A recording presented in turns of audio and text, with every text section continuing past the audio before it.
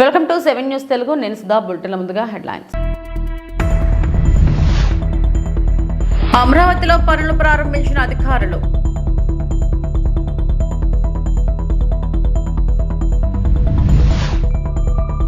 కూటమి శాసనసభాపక్ష నేతగా చంద్రబాబు ఏకగ్రీవ ఎన్నిక.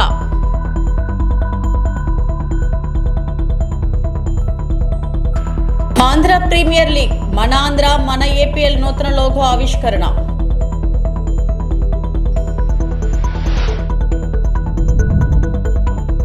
కొత్త ప్రభుత్వాన్ని ఏర్పాటు చేసిన తర్వాత తొలి కేబినెట్ సమావేశానికి ప్రధాని నరేంద్ర మోడీ అధ్యక్షత వహించారు. శ్రీ రాజ్నాథ్ సింగ్, శ్రీ అమిత్ షా, శ్రీ జేపీ నడ్డా, శ్రీ నితిన్ గడ్కరీ, శివరాజ్ సింగ్ చౌహాన్, శ్రీమతి సహా కేంద్ర మంత్రులు నిర్మలా సీతారామన్తో పాటు ఇతర కేబినెట్ మంత్రులు హాజరయ్యారు.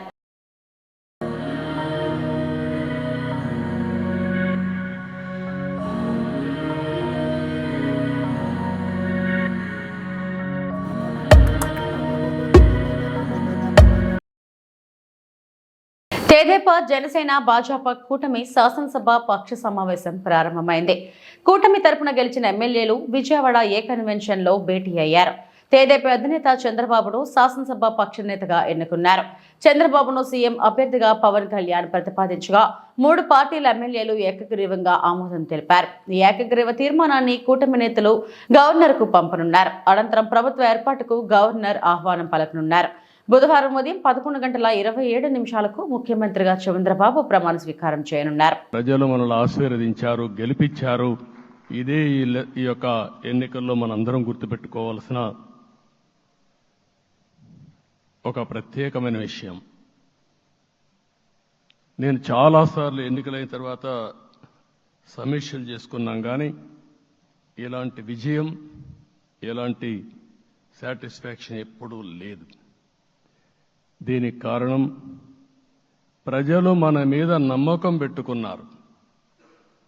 పార్లమెంట్ ఎన్నికల్లో కాదు, అసెంబ్లీ ఎన్నికల్లో చూస్తే 95,000 ఓట్ల మెజారిటీతో గెలిపించారు. గాజువాక 95,000 ఓట్ల మెజారిటీతో గెలిపించారు. ఈ విషయాలు నేను పవన్ కళ్యాణ్ గారు ఢిల్లీకి వెళ్ళినప్పుడు, పురంధేశ్వరి గారు వచ్చినప్పుడు, ఈ రాష్ట్రంలో ఇచ్చిన మ్యాండేట్ వల్ల ఢిల్లీలో మమ్మల్ని అందరూ గౌరవించే పరిస్థితికి వచ్చారు. మీ గెలుపు వల్ల ఈరోజు ఆంధ్రప్రదేశ్ రాష్ట్ర ప్రతిష్ట పెరిగింది, గౌరవం పెరిగింది.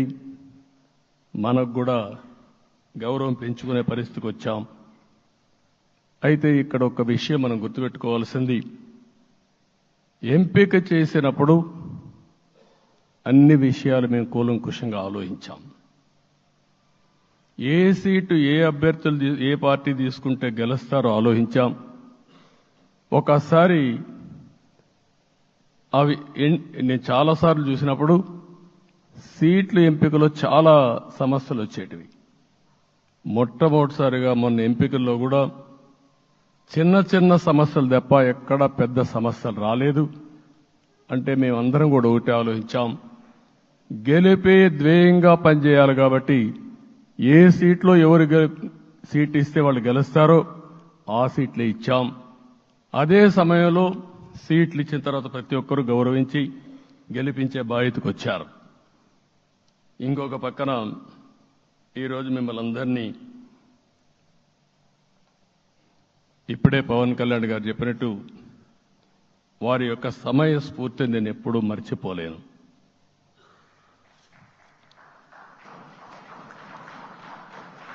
మొట్టమొదటిసారిగా నేను జైల్లో ఉన్నప్పుడు వచ్చాడు.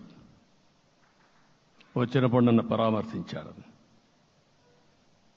బయట వచ్చి ఈ రాష్ట్రం అంత మునుపు చెప్పినా, అంత మునుపు అనేక సందర్భాల్లో ప్రభుత్వ వ్యతిరేక ఓటు చీలకూడదని చెప్పారు. కానీ నన్ను చూసి బయటికి వెళ్ళిన తర్వాత ఈరోజు తెలుగుదేశం జనసేన పొత్తు పెట్టుకుంటున్నామని చెప్పిన మొదటి వ్యక్తి పవన్ కళ్యాణ్ గారు. అప్పటికే బీజేపీతో పొత్తుంది.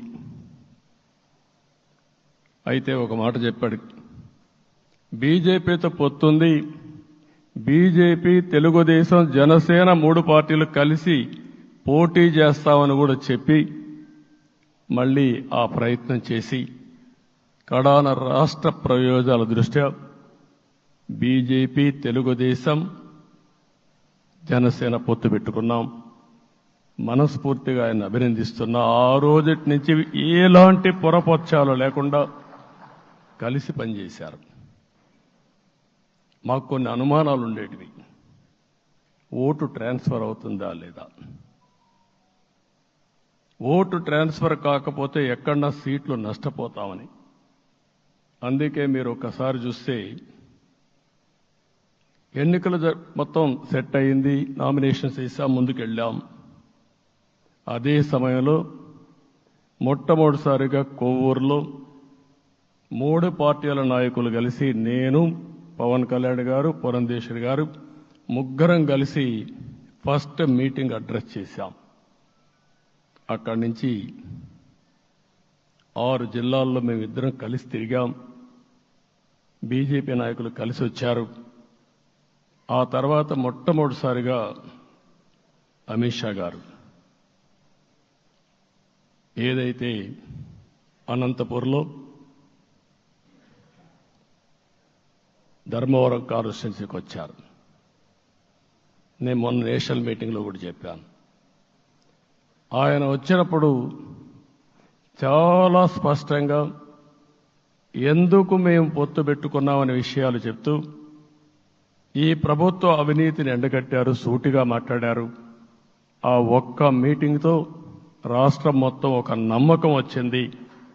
బీజేపీ కూడా పూర్తిగా ఈ కూటమిని సపోర్ట్ చేస్తున్నారనే కాకుండా ఈ రాష్ట్రానికి ఏ అవసరం ఉందో చెప్పగలిగారు. అది అయిన తర్వాత ప్రధానమంత్రి గారు వచ్చారు. మొట్టమొదటి మీటింగ్ మీరు చూస్తే ఇక్కడనే రాజమండ్రిలో పెట్టారు. రాజమండ్రిలో స్పష్టత ఇచ్చారు. దేని అనకాపల్లిలో స్పష్టత ఇచ్చారు.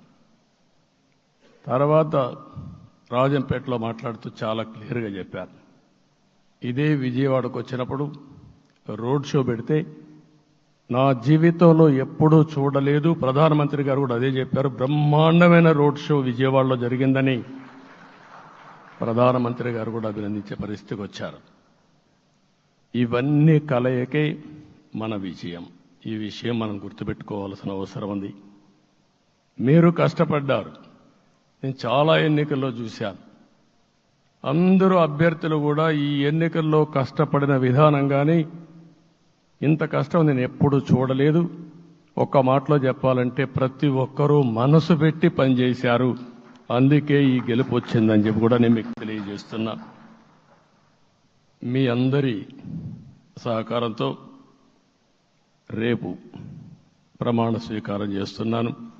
దానికి మీ అందరికీ ధన్యవాదాలు. రేపు ప్రమాణ స్వీకారానికి నరేంద్ర మోడీ గారు ప్రధానమంత్రిగా వారు వస్తున్నారు. అదే మరిగా ఎన్డీఏ నాయకులు వస్తున్నారు. ఇది ఒక అరుదైన అనుభవం.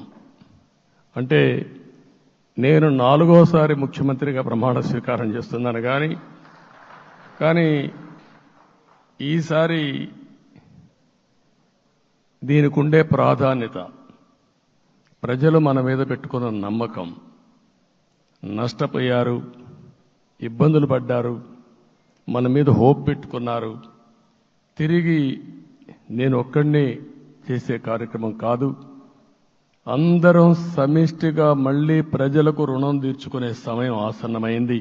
ఇక నుంచి ఏపీకి చంద్రబాబు పెద్ద దిక్కు అని, క్లిష్ట పరిస్థితుల్లో ఉన్న రాష్ట్రాన్ని ఆయన ఆదుకుంటారని ఆశిస్తున్నానని విశాఖ శారదా పీఠాధిపతి స్వరూపానందేంద్ర సరస్వతి తెలిపారు. చంద్రబాబును కొత్తగా పొగుడుతున్నారని ఎవరూ భావించవద్దు. మా పీఠానికి వైసీపీ మంత్రులు మాత్రమే కాదు, ఎందరో మంత్రులు, గవర్నర్లు వచ్చారు. ఎవరికి భయపడి ఈ ప్రెస్ మీట్ పెట్టలేదు. చంద్రబాబు అంటే నాకు చాలా గౌరవం అని పేర్కొన్నారు. ఉత్తరాయణి వచ్చింది కదా చేశారు. మాఘమాసం పుత్రనాసహ అని ఉంది ఆగమంలో, శైవాగమంలో. మాఘమాసంలో శైవాగమంలో శ్రీశైలం కుంభాభిషేకం చేయకూడదని ఉంది. అది జగన్మోహన్ రెడ్డి గవర్నమెంట్లో దేవాదాయ శాఖ రాసి పంపించాం. ఇంకా చాలా ఉన్నాయి ఇందులో. రాజులకి పుత్రుడంటే రాష్ట్రమే కదా. ఈరోజు ఏం జరిగిందో మీరు చూశారు. సింహాచలంలో ఆ రోజు ఎలా మాట్లాడానో చందనోత్సవంలో మీరు చూశారు. అది తిరుమల తిరుపతి దేవస్థానంలో జరిగిన వెంకటేశ్వర స్వామి నిత్యం వందలాది సంవత్సరాలు, వేలాది సంవత్సరాలు జరిగే అన్నప్రసాదాన్ని తృణధాన్యంతో మార్చినప్పుడు కూడా నేను విభేదించాను, లెటర్ రాశాను. అందువల్ల ఈ స్వరూపానంద ఏ గవర్నమెంట్ వచ్చినా, ఎవరు మా దగ్గరికి వస్తున్నా మేము ఉన్నది ఉన్నట్టుగా మాట్లాడతాం. దూరమైనా పర్వాలేదు, మేము గవర్నమెంట్ దగ్గర బతికే పీఠం కాదు ఇది. ఉన్నది ఉన్నట్టుగా మాట్లాడటమే. సంపాదించుకోవాలి, దాచుకోవాలి అనుకునే పీఠం కాదు ఇది. ఇది ఏబిఎన్ రాధాకృష్ణ గారికి నాతో చాలా అనుబంధం ఉంది. నేను ఏ రకంగా ఎటువంటి తప్పులు చేయకుండా ఉంటానో ఆయనకు బాగా తెలుసు. బిఆర్ నాయుడికి తెలుసు, నరేంద్ర చౌదరికి తెలుసు, చాలామందికి తెలుసు. ఈ 5 ఏళ్లలో పీఠం ఎప్పుడు ఎలా ఉందో ఇప్పుడు అలాగే ఉంది. పొంగనూరు పట్టణంలో మైనర్లకు తల్లిదండ్రులు వాహనాలు ఇస్తే చర్యలు తప్పవని సీఐ రాఘవరెడ్డి తెలిపారు. ఈ సందర్భంగా ఆయన సోమవారం పట్టణంలోని పోలీస్ స్టేషన్లో మాట్లాడుతూ తల్లిదండ్రులు తమ పిల్లల పట్ల జాగ్రత్త వహించాలని సూచించారు. మద్యం సేవించి వాహనాలు నడుపుతూ పట్టుబడితే చట్టపరమైన చర్యలు తప్పవని తెలిపారు. నూతన వాహన చట్టాల గురించి అవగాహన కలిగి ఉండాలన్నారు. దయచేసి వెహికల్స్ ఇవ్వద్దు. కొంచెం మనం రోడ్డు ఎక్కేటప్పుడు ఎడమ వైపు, కుడివైపు ముందర మనం చూసుకొని రోడ్ ఎక్కాల. ఈ నియమాలు పాటించాలి. రోడ్ యాక్సిడెంట్ అంటే అది అనుకోకుండా జరిగేది. మనం ఏమనుకుంటామంటే జనరల్గా మన తప్పు లేదు కదా అని అనుకుంటాం. రోడ్ యాక్సిడెంట్ జరిగేదే ఎదుటి వాళ్ళు చేసే తప్పుల వల్ల మనకు ప్రమాదం జరిగి ఏదైనా జరుగుతుంది. సో ఎదుటివాడు డ్రైవింగ్ చేసేటప్పుడు నుంచి కూడా తప్పించుకొని తోలడమే డ్రైవింగ్. ఈ కాన్సెప్ట్ మర్చిపోయి ప్రతి ఒక్కరికి కొంచెం ఫీల్ అవుతుంటాడు, వాడు తప్పు చేసి నన్ను గుద్దినాడని. సో దయచేసి డ్రైవింగ్ చేసే ప్రతి ఒక్కరికి కూడా నేను విన్నవించుకోవడం ఏమిటంటే, ఎదుటి వ్యక్తి చేసే తప్పుల వల్ల మనకు ప్రమాదం జరిగే అవకాశం ఉంటుంది కాబట్టి వాటి నుంచి తప్పించుకొని తోలడమే డ్రైవింగ్. ఇది ఒకటి మనసులో పెట్టుకుంటే ఎలాంటి ప్రమాదాలు జరగవు. సో పుంగనూరులో ఎవరే కానీ రోడ్లపైన, అంటే పుంగనూరు మరియు మదనపల్లి నుంచి చిత్తూరు హైవే ఏదైతే ఉందో అక్కడ కానీ, లేకపోతే ముల్బాగల్ రోడ్లో కానీ వీల్ రేసింగ్కి కొంతమంది మైనర్లు పోతున్నారు. సో దయచేసి వారి యొక్క తల్లిదండ్రులు పిల్లలు ఎక్కడికి పోతున్నారు అనేది కొంచెం గమనంలో పెట్టుకొని వాళ్ళకు కొన్ని సేఫ్టీ ప్రికాషన్స్ చెప్పి పంపాలి. ఒకవేళ చిన్నపిల్లలు అయితే దయచేసి బండ్లు ఇవ్వరాదు. కొత్త చట్టం ప్రకారం హెవీ ఫైన్స్ ఉన్నాయి. సో మీరు అదేవిధంగా ఎవరైతే బండి యొక్క ఆర్సీ ఓనర్ ఉంటారో, వారి యొక్క తల్లిదండ్రులు ఉంటారో వాళ్ళ లైసెన్స్ కూడా రద్దు చేయబడుతుంది.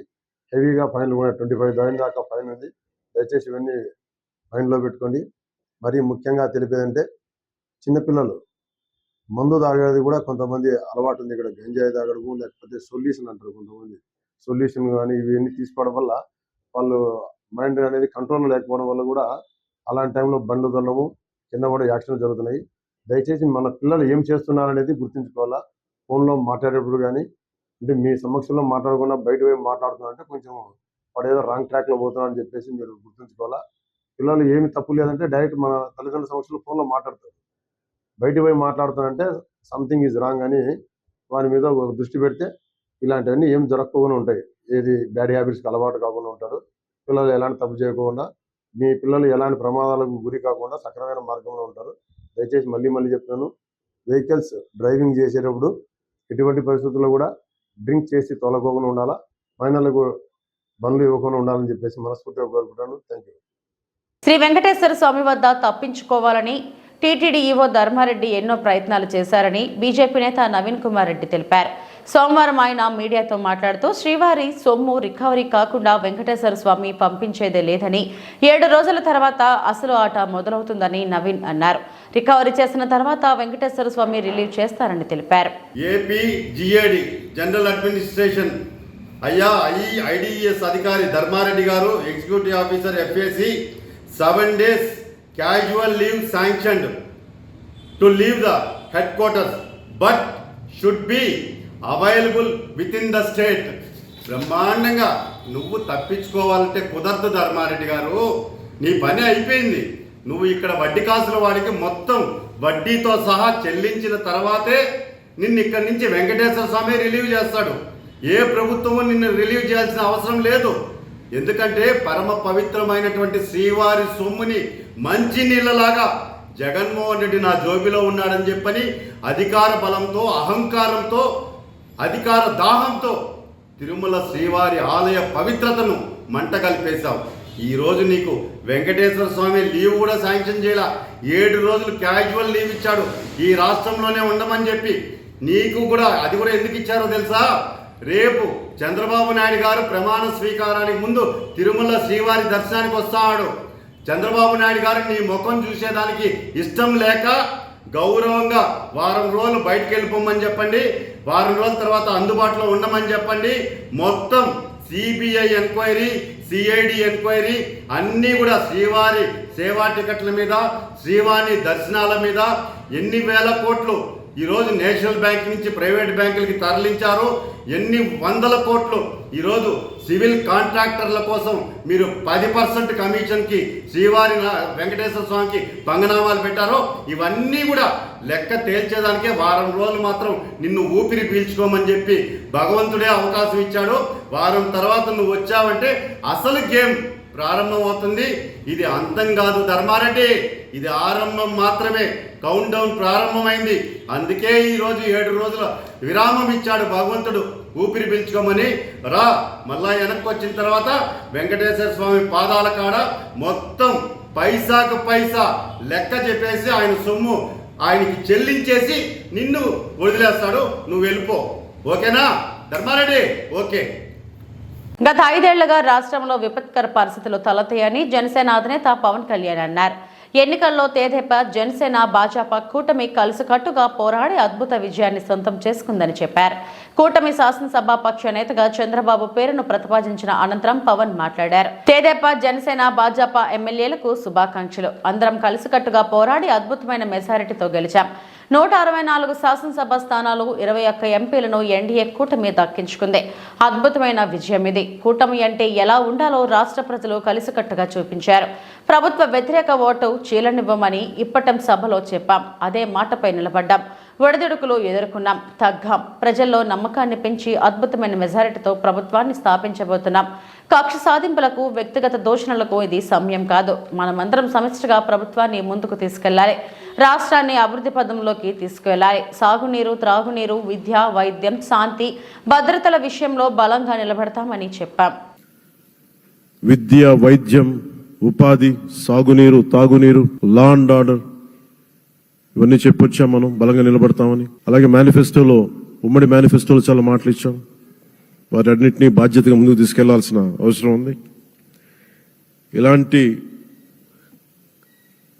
ఛాలెంజింగ్ టైమ్స్లో ఒక సుదీర్ఘమైన అనుభవం ఉన్న నాయకులు కావాలి. 4 దశాబ్దాల అనుభవం, అభివృద్ధి మీద అపారమైన అవగాహన, పెట్టుబడులు తెచ్చే సమర్థత, ప్రతిభ. విదేశాల్లో ఉండే నాయకుల్ని మలేషియా దగ్గర నుంచి, సింగపూర్ దగ్గర నుంచి, యూరోప్ దగ్గర, అమెరికా నుంచి ఆ దేశాల అధ్యక్షుల్ని తెలుగు రాష్ట్రాల వైపు దృష్టి మళ్లించేంత శక్తి, సమర్థత ఉన్న శ్రీ నారా చంద్రబాబు నాయుడు గారికి ఆయన నాయకత్వం చాలా అవసరం, ఆయన అనుభవం చాలా అవసరం. అలాంటి అపారమైన అనుభవం ఉన్న వ్యక్తిని, అనుభవం ఒకటే కాదు, ధైర్యశాలి. ఈ రోజుకి నాకు ఒకటే గుర్తుంటుంది. మన తాడేపల్లిగూడెం సభలో చెప్పాను, చాలా క్లేమోర్ మైన్స్ పేలిపోతే, జీప్ ఎగిరిపోయి కింద పడితే చొక్కా దులుపుకొని ఆయన మళ్ళీ వచ్చి రాజకీయం చేసిన వ్యక్తి. ఈ రోజున సైబరాబాద్ ఉంది అంటే అది శ్రీ చంద్రబాబు నాయుడు గారి దార్శనికత. అలాంటి వ్యక్తి, ఆయన అనుభవం ఈ రోజున 2024 ఆంధ్రప్రదేశ్కి ఎన్డీఏ కూటమి తరపు నుంచి ముఖ్యమంత్రి అభ్యర్థిగా శ్రీ నారా చంద్రబాబు నాయుడు గారి పేరుని జనసేన పార్టీ పక్షాన నుంచి మేము బలపరుస్తున్నాం.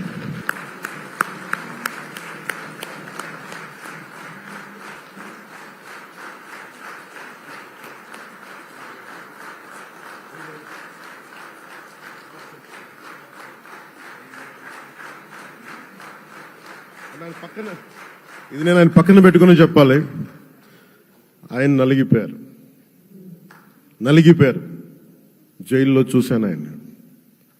పాపం భువనేశ్వర్ గారి బాధను చూశాను. నేను అనుకున్నాను, అమ్మ మీరు కన్నీళ్ళు పెట్టకండి, మంచి రోజులు వస్తాయని చెప్పిన మంచి రోజులు వచ్చినాయి.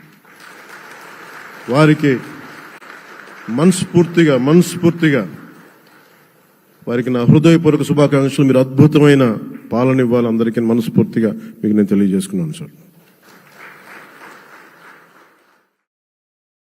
ఏపీ రాష్ట్ర బీజేపీ అధ్యక్షురాలు ఎంపీ దగ్గుబాటి పురంధేశ్వరి మంగళవారం ఉదయం పార్టీ రాష్ట్ర కార్యాలయంలో బీజేపీ ఎమ్మెల్యేలతో సమావేశం నిర్వహించారు. శాసనసభ పక్షనేత ఎంపికపై చర్చలు జరుపుతున్నారు. అధిష్టానం ప్రకటనకు అందరూ కట్టుబడి ఉండాలని నిర్ణయించారు. అనంతరం పురంధేశ్వరి పార్టీ ఎమ్మెల్యేలతో కలిసి కూటమి సమావేశం జరుగుతున్న ఏ కన్వెన్షన్ కు బయలుదేరి వెళ్లారు. ఈ సందర్భంగా దగ్గుబాటి పురంధేశ్వరి మాట్లాడుతూ రాష్ట్ర ప్రజలు కూటమిపై విశ్వాసంతో మంచి విజయం సాధించారని అన్నారు. ప్రజలు ఇచ్చిన భరోసాను తమ పని తీరుతో నిలబెట్టుకుంటామని స్పష్టం చేశారు. శాసనసభ పక్ష సమావేశంలో పాల్గొని తమ అభిప్రాయాలు వివరిస్తామన్నారు. బుధవారం చంద్రబాబు ముఖ్యమంత్రి ప్రమాణ స్వీకారోత్సవానికి ప్రధానమంత్రి నరేంద్ర మోడీ, కేంద్ర మంత్రి అమిత్ షా వస్తున్నారని, రాష్ట్ర బీజేపీ పక్షాన రేపు తామంతా సభలో పాల్గొంటామని పురంధేశ్వరి పేర్కొన్నారు. జరిగినటువంటి ఎన్నిక జరిగిన తీరు మాత్రమే కాదు, 3 పార్టీల మధ్య ఏర్పడినటువంటి సమన్వయం ఒక రకంగా యావత్ భారతదేశానికి కూడా ఇది ఒక ఎగ్జాంపుల్గా నిలవాలి అని చెప్పి ఢిల్లీలో మాట్లాడుకున్నటువంటి మాట.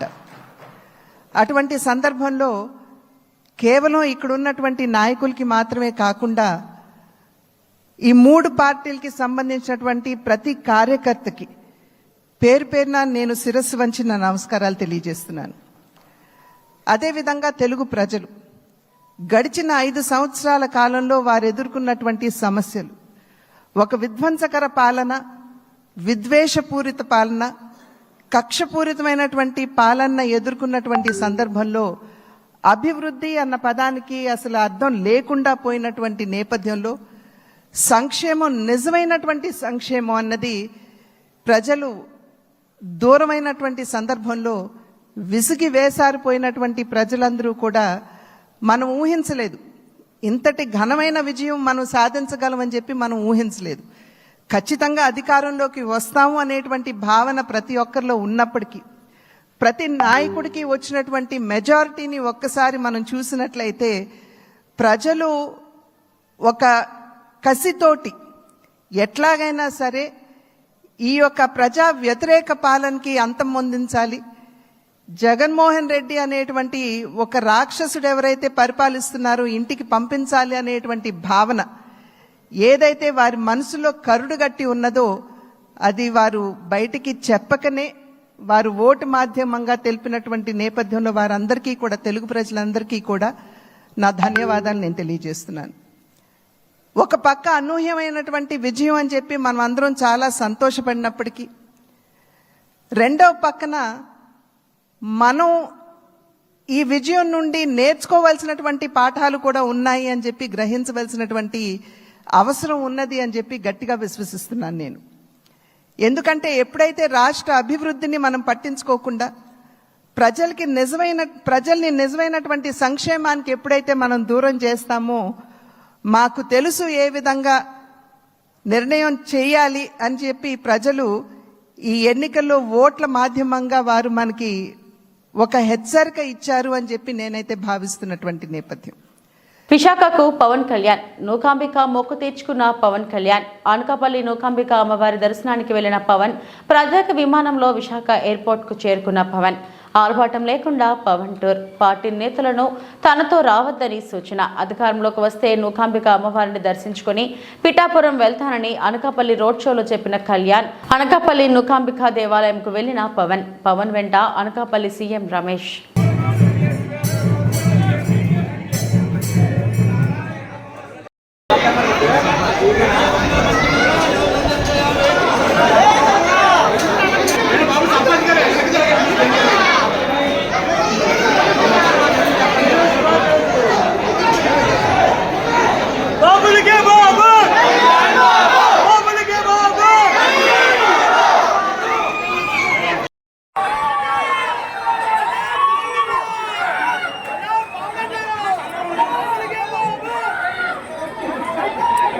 వైఎస్ఆర్సీపీ అధ్యక్షుడు వైఎస్ జగన్ ని పార్టీ ముఖ్య నాయకులు ఇటీవల ఎన్నికల్లో పోటీ చేసిన అభ్యర్థులు కలిశారు.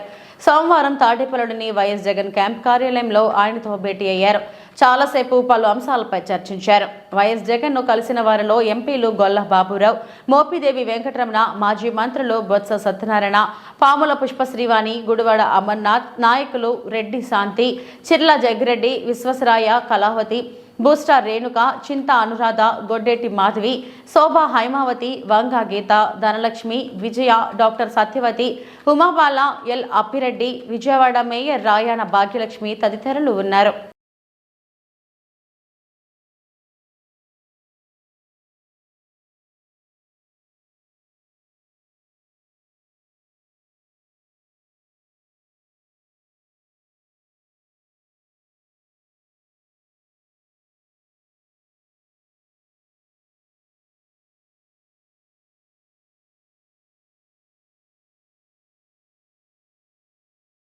కర్నూలు జిల్లా ఓర్వకల్లు మండలం హసీనాపురం గ్రామంలో వైసీపీ నాయకుడు యంగన్నపై విరుచుకుపడ్డ టీడీపీ గుండాలు. హసీనాపురం మెయిన్ రోడ్డుపై కారులో వెళ్తుండగా దాడికి పాల్పడిన టీడీపీ గుండాలు. కర్నూలు ప్రభుత్వ ఆసుపత్రిలో చికిత్స పొందుతున్న యంగన్నను పరామర్శించిన పాణ్యం మాజీ ఎమ్మెల్యే కాటసాని రామ్ గోపాల్ రెడ్డి.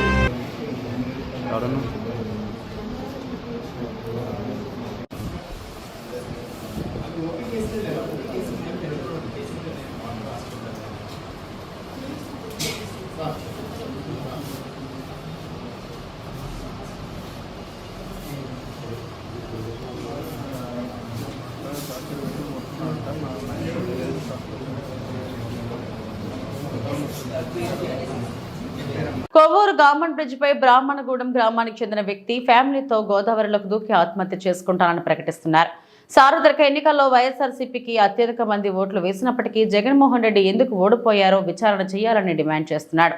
పోలీసు అధికారులు వస్తే దూకేస్తానని బెదిరిస్తున్నాడు.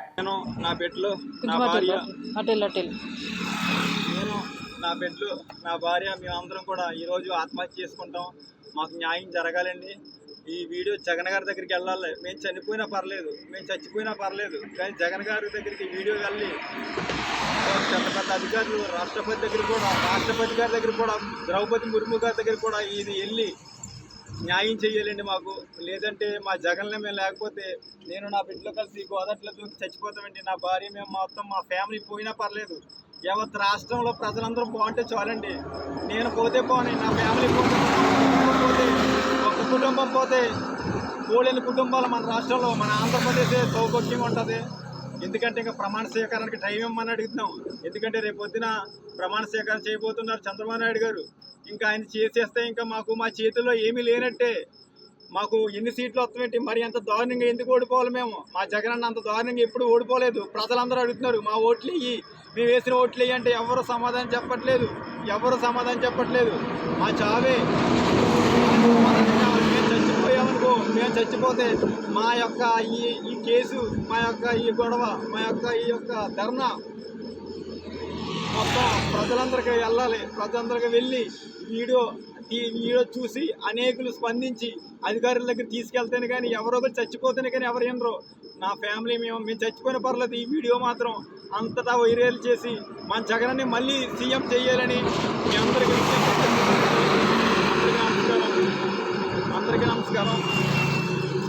ఈ 2024లో ఎగరవలసిన పార్టీ ఆ పార్టీ కాదండి. కేవలం మా జగనన్న పార్టీ ఎగరలేదు. మా జగనన్న పార్టీ 2024లో ఎగరలండి. మా జగనన్న సీఎం అవ్వాలి. మా జగనన్న సీఎం అవ్వకపోతే నేను ఇక్కడ నుంచి దూకి చచ్చిపోతాం, మా ఫ్యామిలీ అందరూ దూకి చచ్చిపోతామని మీ అందరికీ తెలియజేస్తున్నాం. ఎవరు చేస్తారో ఎలా చేస్తారో తెలియదు. మాకు న్యాయం జరగాలి. మా సీఎం జగన్ మళ్ళీ సీఎం అవ్వాలి. ఈ 2024 మా జగన్ సీఎం అవ్వాలి. లేకపోతే మేము అందరూ చచ్చిపోతాం. మా ఫ్యామిలీ అందరూ ఇదే గోదావరిలో దూకి చనిపోతాం. మరీ హెచ్చరిస్తున్నాం. మీడియా వారు అందరూ స్పందించండి. జై జగన్, జై జగన్. సాక్షి ఛానల్, సాక్షి పేపర్కు ప్రజాధనాన్ని దోచిపెట్టిన జగన్ను దేశ బహిష్కరణ చేయాలని తెలుగుదేశం పార్టీ రాష్ట్ర ప్రధాన కార్యదర్శి సోమిశెట్టి వెంకటేశ్వర్లు అన్నారు. పెద్ద ఎత్తున మీరందరూ ఓటు వేసి గెలిపించినందుకు మీకు అందరికీ హృదయపూర్వక నమస్కారం తెలియజేస్తుంది తెలుగుదేశం పార్టీ నుంచి. ఎందుకంటే బాగా ఆలోచించారు. రాష్ట్ర అభివృద్ధి చెందాలంటే చంద్రబాబు నాయుడు తప్ప ఎవరితో కాదు. చంద్రబాబు నాయుడు ముఖ్యమంత్రి అయితే మళ్ళీ రాష్ట్రం బాగుపడుతుంది, మళ్ళీ మా పిల్లల భవిష్యత్తు బాగుంటుంది ఉద్దేశంతో చంద్రబాబు నాయుడికి పెద్ద మెజార్టీతో కూటమిని గెలిపించడం జరిగింది. జగన్మోహన్ రెడ్డి చేసిన దుర్మార్గం పనులకు, కచ్చ సాధింపులకు ఈ ప్రజలు తగిన గుణపాఠం చెప్పి 11 సీట్లు మాత్రమే ఆయనకు అసెంబ్లీ సీట్ ఇచ్చారు, 4 ఎంపీలు ఇచ్చారు. అయితే ఒకటే నేను అడుగుతున్న జగన్మోహన్ రెడ్డి, నీవు సమాచార శాఖను అడ్డం పెట్టుకొని, సాక్షి ఛానల్ పెట్టుకొని, సాక్షి పేపర్ పెట్టుకొని సమాచార శాఖ నుంచి డబ్బులు ఎంత కొట్టేశారో, మీరు ఎంత వృధా చేశారో, ప్రభుత్వ సొమ్మును ఎంత కాజేశారో, ప్రభుత్వ సొమ్ము అడ్వర్టైజ్మెంట్ల కింద చిత్తుగా డబ్బులు కొట్టేసి ప్రభుత్వానికి నష్టం తెచ్చిన సంగతులు ప్రజలకు తెలియజేస్తున్నారు. అందుకనే ఈ సాక్షి ఛానల్ను ఎటువంటి పరిస్థితుల్లో పేపర్ ఎంతవరకు మనం చదివారు, వాస్తవాలు ఉండవు, అన్ని అబద్ధ కూతలే. ఈరోజు అడుగుతున్నా, వాస్తవాలు తెలియకుండా, నిజానిజాలు చెప్పకుండా, అవాస్తవాలు చెప్పకుండా దొంగ మాటలు వేసి కేవలం ఒక పార్టీకే కొంకు కాసినటువంటి ఈ సాక్షి పేపర్ ఛానళ్ళు ఈ సొమ్ము ఎవరిది? మంది మన డబ్బులు తీసుకొని బతికేటువంటి ఈ సాక్షి ఛానల్, ఈ పేపరు ఈరోజు వన్ సైడ్గా చేసింది, ప్రభుత్వ సొమ్ము కాజేసింది. అందుకనే ప్రజలందరూ ఆలోచించాలి, ఇటువంటి పేపర్ మనకు అవసరమా? ఇటువంటి పేపర్ చదవాలన్నా? ఇటువంటి ఛానల్ చదవాలన్నా? అందుకే ప్రజలు ఆలోచించండి, ఇటువంటి ఛానళ్ళు పేపర్ను మనం చదవాలన్నా వద్దా నిర్ణయం మీకే వదిలిపెడుతున్నాం. ఎందుకంటే ప్రజలందరూ ఆలోచించి మన డబ్బు చేసుకొని, మన సొమ్ము తీసుకొని, మనం మోసం చేసి ఇవాళ రాష్ట్రాన్ని దివాలా తీర్చండి ముఖ్యమంత్రి జగన్మోహన్ రెడ్డి సర్వనాశనం చేశాడు. అందుకనే ఈ యొక్క దగాకోను, ఈ యొక్క రాష్ట్రాన్ని దివాలా తీర్చిన జగన్మోహన్ రెడ్డిని ఈ రాష్ట్రం నుంచి, దేశం నుంచి తరిమి కొట్టాలని చెప్పేసి నేను ప్రజలకు విజ్ఞప్తి చేస్తున్నాను. అదేవిధంగా సాక్షి ఛానళ్ళు, ఈ రెండు సాక్షి ఛానల్ పేపర్ కానీ బాగా ఆలోచించండి మళ్ళొకసారి, ఈ పేపర్ చదవాలన్నా వద్దా? ఈ పేపర్ చదివితే దొంగ రాతలు తప్ప ఏమి ఉండవు, సాక్షి ఛానల్ దొంగ మాటలు తప్ప ఏమీ ఉండవు. అందుకే దయచేసి ఈ యొక్క 2 పేపర్లు, పేపర్ కానీ ఛానళ్ళు మీరు చూస్తారా చూడరా అది మీకే వదిలిపెడుతున్నాం. ఈ రాష్ట్రాన్ని సర్వనాశనం చేశారు, అడ్డదుడ్డంగా డబ్బులు. అందుకనే నేను ముఖ్యమంత్రి చంద్రబాబు నాయుడు రేపు ప్రమాణ స్వీకారం అయిన తర్వాత దీనిపైన ఎంక్వైరీ చేయండి, దీనిపైన దిగ్గు తేల్చండి. ఎందుకంటే ప్రభుత్వ సొమ్ము కాజేసినటువంటి దుర్మార్గపు సాక్షి ఛానల్ కానీ పేపర్ మీద ఇటువంటి ఎంక్వైరీ చేయించి వాళ్ళని తగిన శిక్ష విధించి జైలు పెట్టించడానికి కూడా సిద్ధంగా కావాలని తెలియజేస్తా ఉన్నా. అమరావతిలో పనులు అధికారులు ప్రారంభించారు. ఎన్డీఏ కూటమి ప్రభుత్వం ఏర్పడుతున్న తరుణంలో రాజధాని అమరావతిలో పనులు పునఃప్రారంభమయ్యాయి. సీడ్ యాక్సిస్ రోడ్ ప్రధాన శంకుస్థాపన చేసిన ప్రాంతాల్లో పెరిగిపోయిన ముళ్ల చెట్లను తొలగించే పనులను అధికారులు చేపట్టారు. మొన్నటి వరకు కారు చీకటిగా ఉన్న సీడ్ యాక్సిస్ రోడ్ ఇప్పుడు విద్యుత్ దీపాలతో వెలుగులు జిమ్ముతుందని స్థానికులు ఆనందం వ్యక్తం చేస్తున్నారు.